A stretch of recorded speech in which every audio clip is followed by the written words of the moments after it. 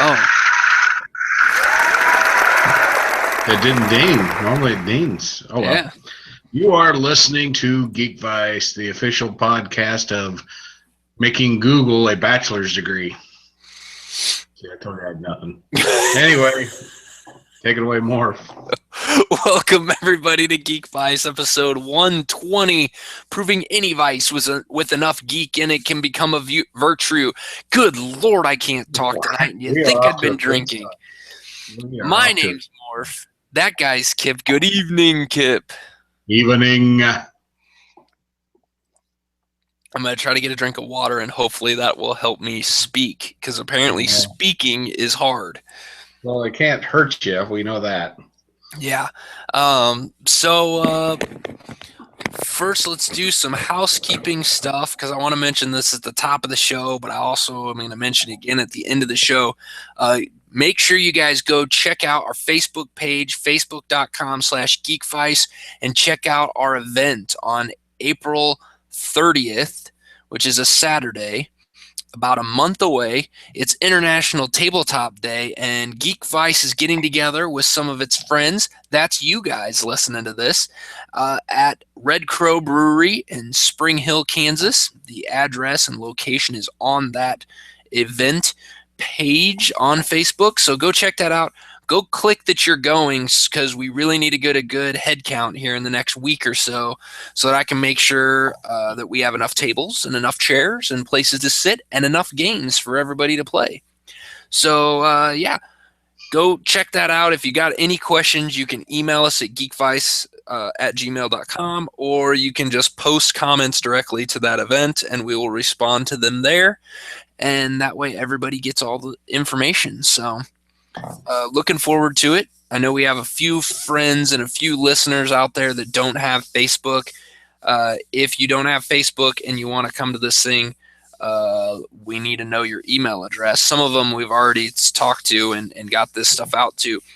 But if you don't have Facebook, but you are interested in getting more information on this, email us at geekvice@gmail.com, and we will get you a little flyer that Kip's going to make. Look at that. I threw you under the bus already. Wow. That's what I get for sleeping on the job. That's what you get for being gone for 2 weeks. Get back to it there. Wow. I'll get even one day. So the other thing I want to throw out there is, while you're out surfing the webs, go check out our YouTube channel and check out the playlist on there called Geek Vice Gaming. That is me playing games very poorly, and you can make fun of me on how many times I die playing Styx Master of Shadows. It is a very it's a much harder game than I thought it would be. And I'm dying quite a bit, but I'm slowly making it through these levels. So you can join in and laugh and make comments in the episodes, and comment on how many times you think I'm going to die in the next episode, and the person who gets closest might win a copy of something. I got a bunch of games on my list. We need to set like the Vegas over and under line on how many times per episode. Yeah, there you go. Man, some of them are pretty bad. Some of them, I think I died. Well, there was a couple times. It might even be in the last episode that's up there. And I think there was one point where I just started from a save, and I knew exactly what I needed to do, and I was dumb and rushed into it and made a stupid mistake and ended up dying because I got 4 guys chasing me. Like, screw it. Like, hey, it happens to all of us. Did you Leroy Jenkins right off the bat there? Is that what you did? Pretty much. Pretty much. So what have you been up to, Kip? Tell us about your movie-going experience. Was Batman vs. Superman, you saw that on, what, Friday, right? Saw that on Friday at noon. I forgot that it was Good Friday, so I was surprised how many people were in the theater. I thought everybody'd be at work. Silly me. But it was a mostly full theater. I won't say it was capacity, but probably 80-85% full. Okay, that's fair. That's fair. So the big question everybody wants to know the answer to, Is it worth going to see? You know what? I was entertained. I enjoyed the movie for what it was. It was not perfect by any stretch of the imagination. I would even see it again. But you have to keep in mind that I'm easily entertained. I will watch just about anything, much to the chagrin of the wife. Sometimes she'll come home and like, what the hell are you watching? It's like, I don't know. I got started. I have to see how it ends. So I get a lot of eye rolls because of my ability to be entertained by anything. But with that said, she also enjoyed it. It's one of those movies going in, you know, I've heard good and bad from reviews I read, from what people have told me. So I think the expectations were low, maybe even non-existent, which may have helped. Yeah. But the things that I was concerned about going in, such as Ben Affleck being Bruce Wayne / Batman, were unfounded. I actually liked Ben Affleck as Bruce Wayne. Um, Different than anybody else's, of course, which I'd expect. But it was more of a. He probably played it angrier than anybody else who's played Bruce Wayne. He was perpetually pissed off the entire movie. But I think that was the point. Yeah. Well, Ben Affleck does brooding about as well as anybody. So, Yeah, and he did a fine job. You know, they gave him the little gray hairs in the temples to make him look distinguished, I guess. Um, they did a little nod to his Playboy ways, but not much. It was just basically him pissed off at Superman the entire movie, and I think even after they decided to team up there at the end, he was probably still pissed at him. yeah. So that was one of the concerns I had going in. The other concern was Gal Gadot as Wonder Woman. I didn't think that was going to work at all. You know, a wafer thin supermodel looking woman playing Wonder Woman, an Amazon butt kicker, but she did a fine job. Again, another unfounded concern. She played. They made Wonder Woman mysterious. They kind of gave away a few things, you know, little hints here and there, but pretty much a mysterious role. She played it really well. When it came time for her to be Wonder Woman and go in and kick some butt, she did okay there. You know, not great. You know, she's not going to be, what's her name, Gina Carano. Yeah. By any stretch of the imagination, but she was believable. And so it worked for me. I honestly thought, oh, God, they just picked a pretty face. But she did a great job, so I guess trust in the casting director on this one. Yeah. The movie was a little over 2.5 hours long, maybe a little bit too long. There was a battle at the end that you could have done without. I know why they put it in there. I won't give it away. Yeah. But you really could have done without. It could have been put in the next movie. But I know why they did it.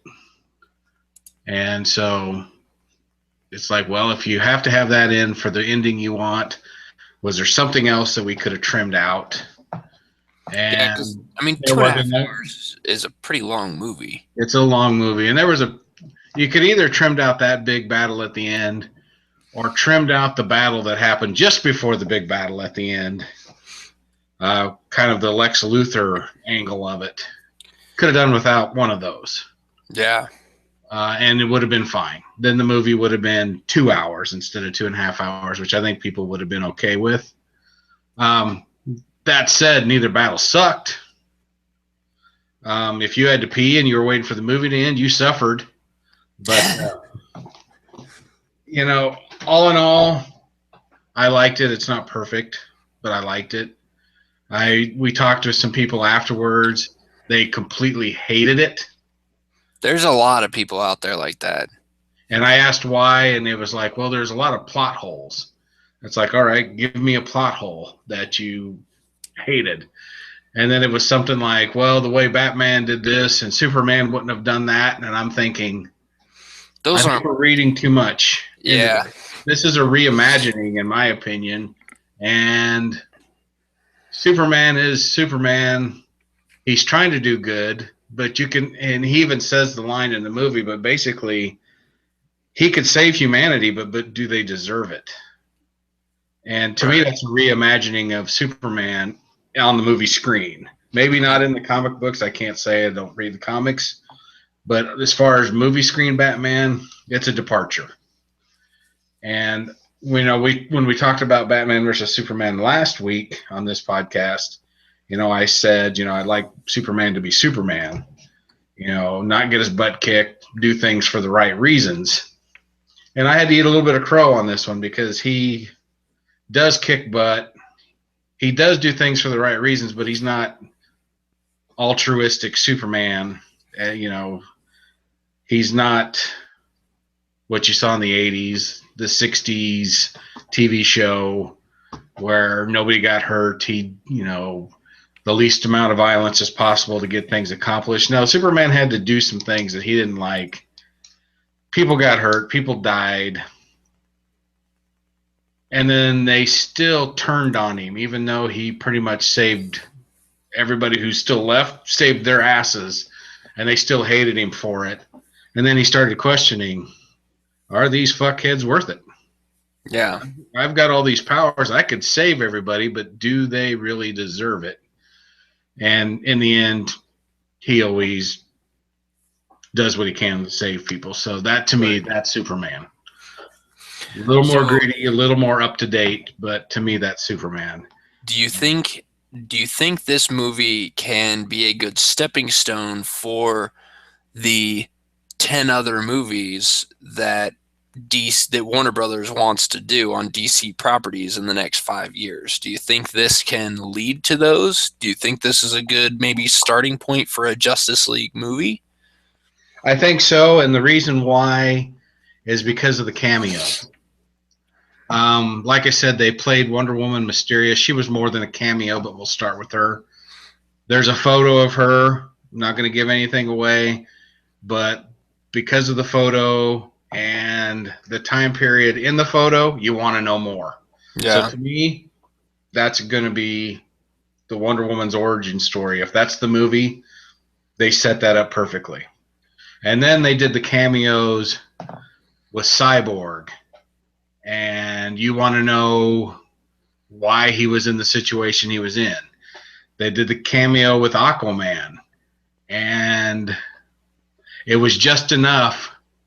He did just enough to you're like, oh, I wonder what else this guy could do. What else is going on there besides hiding in a dark hole in a ship from the authorities? So from the cameo aspects and from the mysteriousness of Wonder Woman, I think they have set up the upcoming films pretty well. So, last week we talked about the fact that Warner Brothers really banked on this movie doing Lights Out, and that it needed to make $800 million to break even. Just opening weekend, it's got a promising result of $420 million worldwide that it's made so far. So that's a good sign.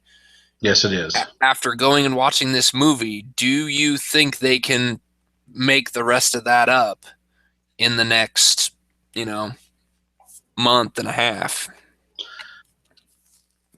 The question is, after seeing the movie, not the movie itself, would I say yes or no it would make it? In my opinion, just based on the movie, it should. Yeah. But after the movie, talking with certain people who just hated it, makes you wonder. Yeah. Then I thought, well, maybe it's true comic book people. Maybe they didn't like it. Well, our friend Eddie from the Doug and Eddie Show, who is a huge comic book fan, loved the movie. And then my other friend, who's a comic book fan, hated the movie. So I'm kind of torn. Okay, is it going to make it? Is it not? And then I looked at the schedule releases, and honestly, it does not have any competition till May 6th when Captain America's Civil War comes out. The whole month of April is smaller films. Probably the biggest one on there is Hardcore. Is it Hardcore Henry? The movie that looks like you're watching somebody play a video game. Oh yeah. Some cartoon, some animated stuff. To me, nothing that is a direct competition with this film. So they got over a month by themselves. I can't speak for the foreign viewers of this film, but I think it's got a shot. I really do. Okay, so now that you said that, I'm gonna throw some numbers out there for you. You're gonna drop some knowledge on me. I'm gonna drop some stuff on you, which I found really interesting. So, Box Office Mojo is where I'm pulling a lot of these numbers from. I like their website, and I like some of the comparisons they do, and they actually have a superhero SmackDown summary status, basically, where they have Avengers Age of Ultron, Iron Man 3, Batman vs. Superman, and The Dark Knight Rises. These 4 movies that they're comparing. Now, you said that this movie is going to basically have a month to stand up by itself, so we're talking, it's been out 3 days now. Let's say it's got a month and a half. Let's say it's got another 45 days. So you're looking at a total of 50 days. Let's just round up to a nice round number, 50 days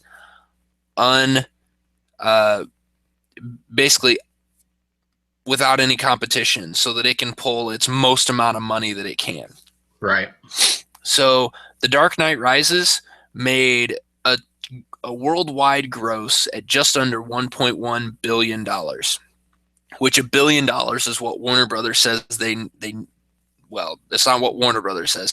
That's what people are projecting Warner Brothers needs to make in order for this movie to be considered successful. They did that in 147 days. Okay. So the question is, do you think this movie can still finish at even second in the box office to the new Captain America movie? I mean, so now we're saying instead of 50 days, now we're looking at 150 days. Can this movie make it? Can it stay relevant that long in order to draw enough money to make $1 billion? Honestly, I think it's going to be completely forgotten May 6th. And that's what I was thinking too. If when the Civil Captain War America drops, yeah, DC Universe is forgotten. If Marvel does what they've done for every other movie and just completely just left things in the dust, there's a good chance that this Batman vs. Superman movie isn't even in the theaters, because they're going to need the number of theaters to show Civil War. There could be a chance that Batman vs. Superman could be out of the smaller theaters, and in the big theaters it might only be showing in one theater. Yeah. That would be detrimental to this movie making the money that it needs to make to support the rest of the movies. They've basically, Warner Brothers has put all their eggs in this one basket, and I'm just going to sit back and watch. I don't plan on paying to go see this movie. I'm going to wait till it comes out on DVD and watch it that way, more than likely. I mean, I might, if I get a wild hair, go see this movie, but April is a busy month for me anyway, so it's going to be really hard to find some free time to go see this movie. But Warner Brothers hasn't proven to me in their non-Christopher Nolan movies, their non-Christopher Nolan superhero movies even, we'll go even that specific. They haven't proven to me that they can tell a good story, and that is what is contingent for me. I talked to a guy at work today who saw it over the weekend as well, and he made the comment that he was able to just turn his brain off and watch this movie, and the explosions were good, and the graphics were good, and the CGI was good. And I asked him, well, what about the story? Did the story make sense? Because to me, the Iron Man movie made sense. The Avengers, Age of Ultron even made sense to me. The conflict between the other characters, the plot of what was going on and where Ultron was coming from and why Ultron was such a bad person, a bad robot, why he was trying to do what he was trying to do. All that made sense. Not realistic. Like he kept telling me that I was trying to make this too real. I'm not looking for real. I can suspend my disbelief. I've been reading comic books forever. Suspending my disbelief is easy. But I want a story that actually has substance. I want characters that have meaning and purpose. So Warner Brothers hasn't been able to do that for me yet. So I don't have a lot of faith that they can do it in this movie. I mean, what do you think there, Mr. Kip? Well, let's do a comparison. Okay, so the very first Avengers movie was a good origin movie for the Avengers team. Yeah. Was there a great story there? Not really. It was made better because Tom Hiddleston is one hell of a Loki. Yeah, sure.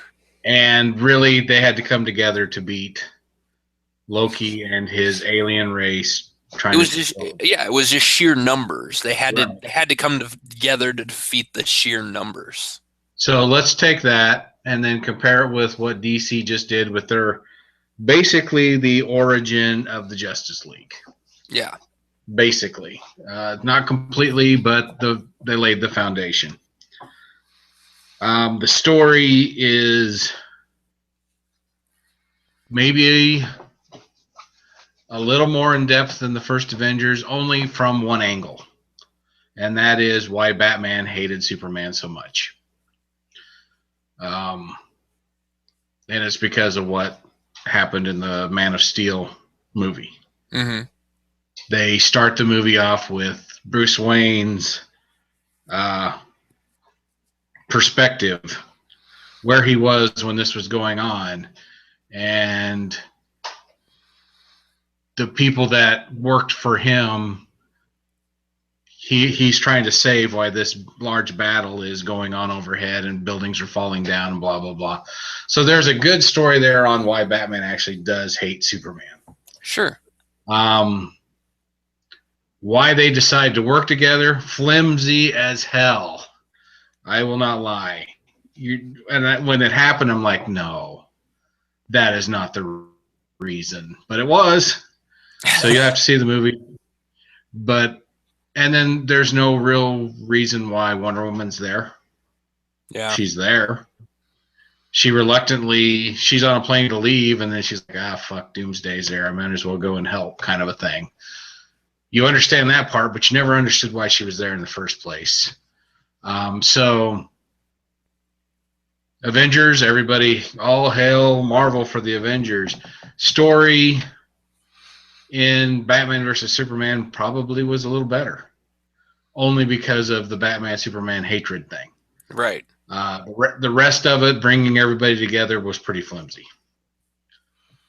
But you could at least say in the Avengers movie that Loki had a purpose and a plot. Like he was there for a specific reason. He was trying to take over. He was trying to destroy Earth, basically. You know. And so is Lex Luthor. So that's really what Lex. But then I guess, and here's where I get confused with this whole trying to figure out this movie, and maybe I do just need to go see it. But who's the bad guy in this movie? Is it Batman versus Superman, or is it Batman versus Superman versus Lex Luthor? is it, I feel I just trying to wrap my head around the idea, like, are they really telling me one story, or are they trying to tell me four stories? They're telling you one story, honestly. You ever been around friends, say they've been drinking and they argue and argue and argue, and you realize they're arguing on the same side of the point, but they're still arguing with each other? Yeah. That's Batman and Superman's fight. Oh, okay. Um, That's probably the best analogy I've heard out of all the reviews I've read of this. and the only reason I say that is because they both want people to be safe. They both want peace. They just disagree Batman disagrees with how Superman goes about it. Right. People get hurt. He's sworn to keep people from getting hurt, but here's this Man of Steel just fucking everything up in his opinion.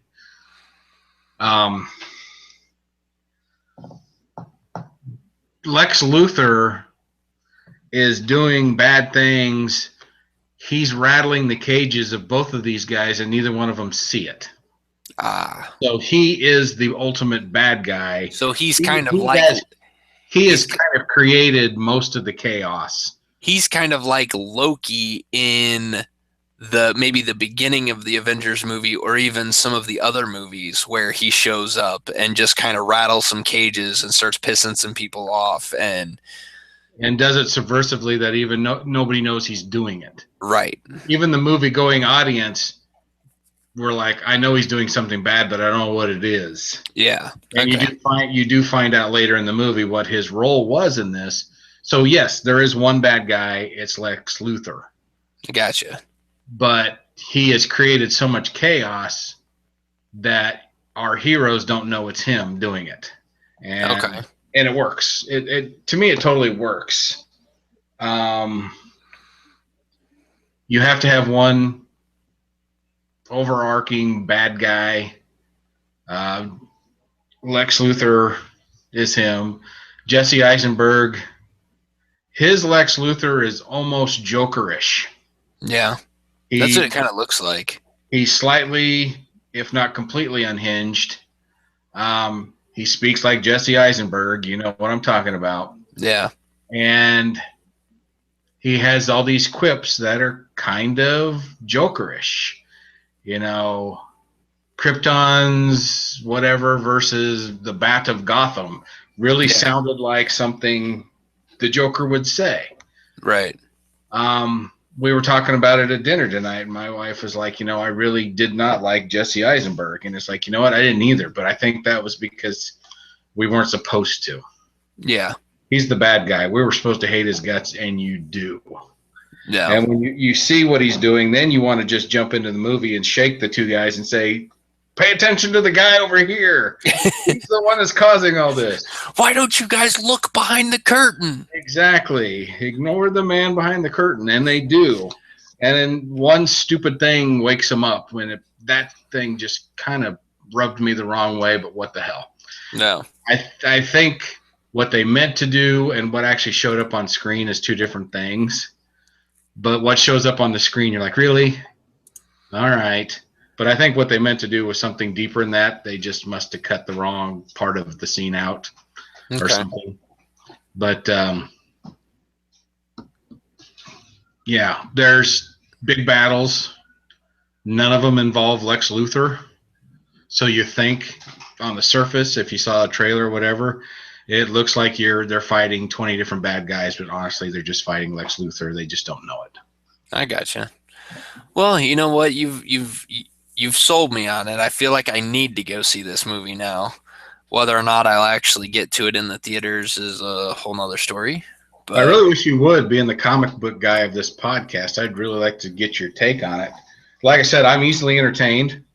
Yeah. To me, liking a movie with a bunch of explosions and whatnot is, shooting fish in a barrel. But, Eddie liked it. My wife likes it. So it's not just me. I would like for you to see this and let me know what you think.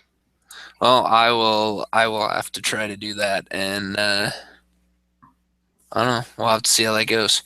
So the other thing that we've done out there, we could talk about Daredevil here, but I think you're getting pretty close to finishing this up. I'm getting pretty close. Well, I'm halfway through with it. So, just kind of a quick overview of this thing that we're at. Um, I'm really liking what they're doing. I'm liking this season a lot better than the first season. Um, but I'm finding myself really liking the Punisher storyline to this a lot more than the Elektra storyline. As you should. The Punisher is just, he's the anti-hero I think people will gravitate to. Well, He's and I doing almost, everything for the right reasons. He's just going about it in a super ultraviolet way. yeah, Violent way, not ultraviolet, not purple, but violent. And you can just get behind it. It's like, all yeah, right, you just mowed down a bunch of mobsters with a machine gun. I'm good with that. Keep up the good work, but that's not the story they want to tell. yeah, and it's interesting. Um, I even find myself like the Punisher storyline, like the Punisher combat really is not very long. It's really done in 3 or 4 episodes. So it starts and gets wrapped up. Like Daredevil catching the Punisher actually happens very quickly. And it feels like the season ender, doesn't it? Yeah, and it almost feels like too quickly. But then the put pieces are put in place for not Daredevil, but Matt Murdock. There, I can't talk again. Matt Murdock actually helping Frank Castle, and the way they went about putting that in place to make that happen, I thought was just like I really enjoyed that part of it, and I'm really enjoying like watching this court case, and I'm hoping that there's a lot more court case type drama in this. I think it's really good. Last season they really didn't touch on the the Nelson and Murdoch law firm really at all. Like it was there, but it really wasn't a part of the whole season. It's a huge part of this entire season up to the point I've watched so far. Yeah, and I love that. I think it's great. It's showing the dynamic between, well, hell, it's showing the dynamic that the actor who plays Matt Murdock can do, and that is just like he is incredible. I don't know if he's actually blind, but he plays a really good blind guy. Yeah. Um, he it's really well done. Even his acting is just top notch, and his delivery between the two of them. I was really curious when Matt Murdock showed up in Punisher's hospital bed or in hospital room after he's been captured, and he approaches him about becoming his lawyer, his defense attorney. I was really I was really curious to see if Frank Castle slipped up or said something that would insinuate that he recognized the voice. Well, there was one line he said that the TV show didn't point to, but when Matt Murdock is trying to sell him on it, he goes, "I know who you are," but they kind of let it die, Yeah, and it just makes you wonder. Maybe he does, yeah, but and he's Frank Castle. He doesn't give a fuck who anybody is. He's taking out who exactly, he's going to take out. exactly. So I'm curious to see how this all goes. I know you've only got 3 episodes left to watch. I've Yeah. got 6. So we're in different spots, but it's really good. I'm interested to see how some of the pieces that I've seen come together, which you've said kind of they do come together, and I am on the right track on a few things. We're trying to keep this spoiler free because I know there's a lot of people that are still out there watching this. We will probably have a spoiler cast type episode for this down the road when we've both been able to finish it. We'll talk about it in a little more detail, but Yeah. we'll give everyone else more time to watch it too, just in case they're stuck in spots like I am where you can't binge watch it in a day. Yeah, if I wouldn't have been in Oklahoma as long as I was, I'd already have it done. Yeah. But I haven't finished it. Like I said, I have 3 episodes to go. My prediction at this point is the 2 main story arcs are going to cross. We'll see if I'm right. Yeah. I hope they do, because if they do, it's going to be awesome.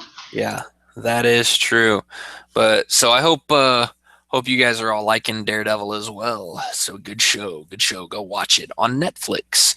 So the last thing that I wanted to talk about, because we're heading into Comic-Con convention time.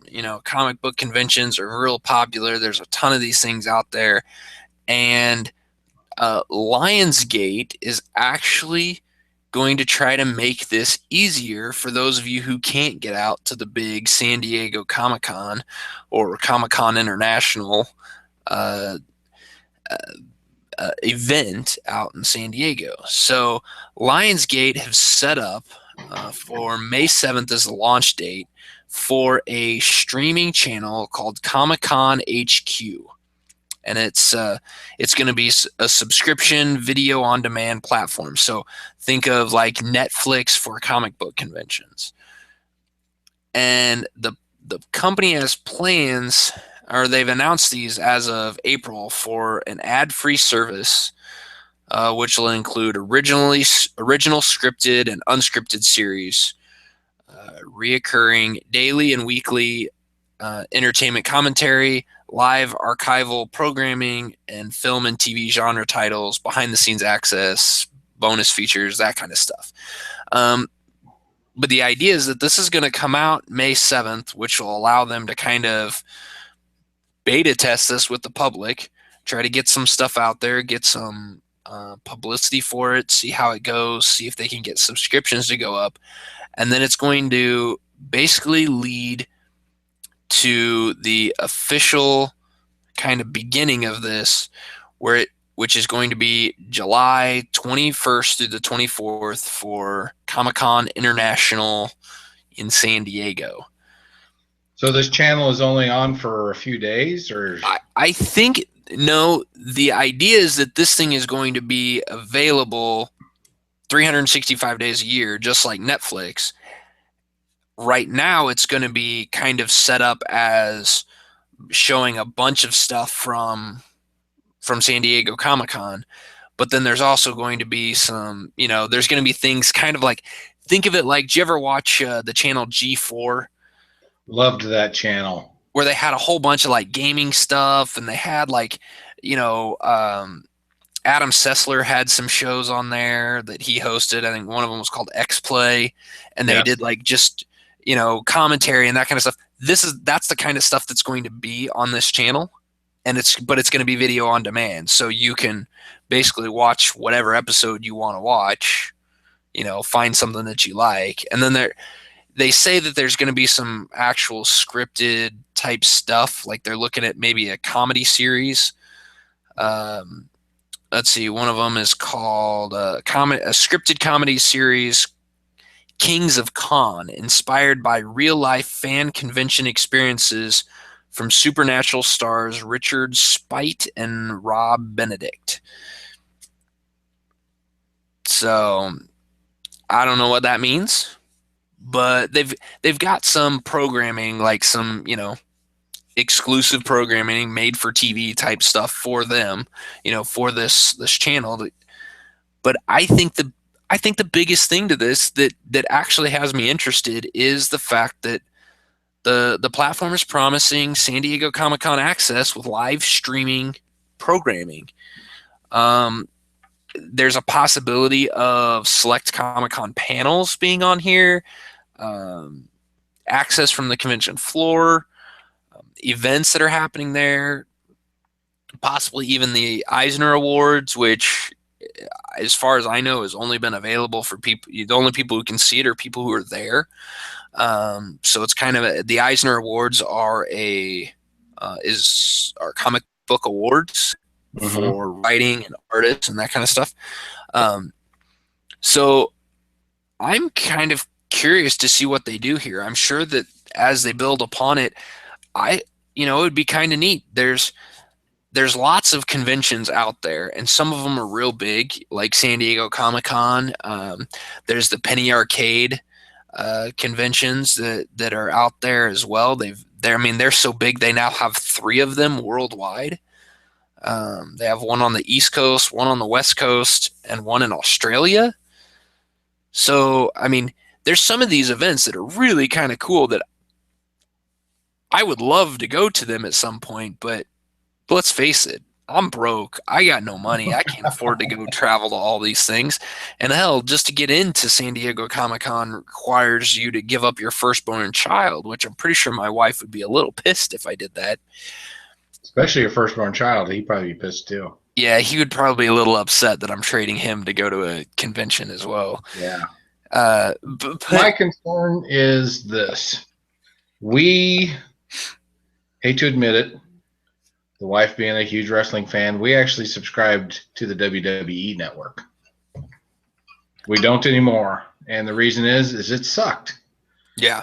The only stuff that was worth a darn watching was the pay-per-views. And Right. so if you were a huge fan, watched every pay-per-view, it was worth the money. For $10 you could watch a pay-per-view that would cost, what do they cost, 35? Something like that, yeah. So you save $25 a month because this channel. The rest of the stuff, who cares? Yeah. It was nothing interesting. And so if they do more original programming, G4 type of content like you talked about, then that would be awesome. But if it's just, oh, look, this happened in San Diego Comic-Con in 1999. Yeah, that's not going to work. That's not going to work. That's what the WWE Network tried to pull. Yeah. No, that's not going to work at all. But what I'm hoping that it does is it gives you, you can't make it to go see the panel that talks about, the Marvel panel, let's say. Let's just say the Marvel panel at San Diego Comic-Con. Well, you can watch it on this channel because you can't make it out there to go see it. You can't get a ticket. You can watch it here, and sure, it's for 3 days. The convention only lasts 3 days, but there's so many panels and so many different things in there that could actually take, well, for somebody who binge watches everything, you might be able to get it all done in 3 days. But I doubt it because there's tons and tons of information that comes out of there. So let's say you just watch half the stuff. That could take maybe a couple weeks worth of watching. So there's some time there. And then what I would even be curious is to see if some of these other conventions, if they get in with those, if Lionsgate gets in with those where they can show maybe other panels from other conventions that are coming up. I'm not talking about old ones. I'm talking about new ones. I'm talking about, coming to Planet Comic-Con and having the Stan Lee panel, which he's coming to the convention. I'm almost positive he's going to have a panel. They haven't announced the panel list yet, but how awesome would that be if you couldn't make it to Planet Comic-Con or you couldn't get into that panel because that panel was you got to stand in line and they only let so many people get in. You didn't make it in. You were just short of getting into that panel. Well, guess what? You can go home and flip this channel on after you've gone through the rest of the day, and you could go back and watch that Stan Lee panel that you didn't get to sit into. Or, or something that comes from Wizard World Portland, or something that comes from the Salt Lake City Comic-Con. There's there's Comic-Cons all over the United States that you can't make it to that could have a panel or or just an event that's there that you're like, hey, that would be really cool to see. Now you might be able to see it. Well, maybe also you could see some things with production value. Yeah. Last year, San Diego Comic-Con, we were watching Star Wars stuff Yeah. that were filmed on people's cell phones. Uh-huh. Yeah, I mean, we were jonesing for anything Star Wars at that point. So this channel, done correctly, we would be able to binge on that stuff and in nice high HD quality for our viewing pleasure. Yeah, absolutely. At least that's what I'm hoping for. And, we'll have to see. This, again, the launch date is May 7th, so we're still about a little over a month away from when they're going to launch this. And there has not been any pricing set. So that's going to be the other thing, because it can't be I honestly think if they push this to be higher than a Netflix subscription, they're going to be pushing their limits. I mean, I'm not going to pay $15. Hell, I probably won't even pay $10 for this. I pay $8 for Netflix, and I watch that quite a bit. I'm not going to watch this as much as I'm watching Netflix, even with all that content. I just because it's just going to be me. I've got enough other stuff I'm watching too. But I could see something in the $5 to $8 range. I could see me picking it up, at least picking it up to try it out, especially after July with San Diego Comic-Con and being able to check out some of those panels. Yeah. So we'll have to see what happens there. We'll keep an eye on that, but it was something kind of cool. And kind of neat that Lionsgate isn't a they're a production company that actually knows how to make movies. So maybe they'll put some stuff. Maybe you were talking about having some production value coming from it. Lionsgate at least knows how to put production value to it. So I hope the hell they do. We will see what happens. So. You got anything else you want to throw out there before we wrap this show up? All I can say is I'm looking forward to spending some time at the Red Crow Brewery and playing some board games. That's right. April 30th, Red Crow Brewery in Spring Hill, Kansas, where come celebrate International Tabletop Day with us. Go check out our Facebook page at facebook.com/geekvice, and it's right at the top of the page. I pinned it to the top. So you'll see that first thing. It's our event. We're going to do something there and have some board games playing. I don't know what we're going to bring yet, but we're going to bring a bunch of stuff. So yeah, I have a few games to choose from, so we'll see. Yeah, I don't think Kip can fit his entire collection in the back of his car, but we'll make him bring quite a few. So. And of course, if you're coming and you want to bring a board game that you think is really cool, that you think we might not have, or that you just like playing and you want other people to get the experience of it, bring it out. We're going to welcome anything and everything out there. And you never know how many you can find to play your game with. So you can show some new people a game. Kip will probably have seen your game. He probably hadn't played it, but he's probably seen it, because he's seen a lot. Because he's been to your house and has gone through your stuff. Yeah, that too. But you guys can also check out our blog at geekvice.blogspot.com. There's a possibility I'm working with my D&D group to basically make digital notes from our gaming sessions and kind of tell our story. And there's a chance that I might put some of those up on our blog or up on the Facebook page. I'm not exactly sure what yet, because I have to write them first. But we have our notes from each of the games, so I'm putting those together. So watch our blog. Maybe those will show up there, or you can watch our Facebook page, because they might show up there too. So that's facebook.com/geekvice. You can also follow us on Twitter. You can follow that man over there at Kip Killigan. You can follow me at Geekvice. And of course, you can always email us at You don't even know who we are. You can email us at geekvice@gmail.com. So thanks, everybody, for listening to these ramblings, and we will see you next week. Later, Gators.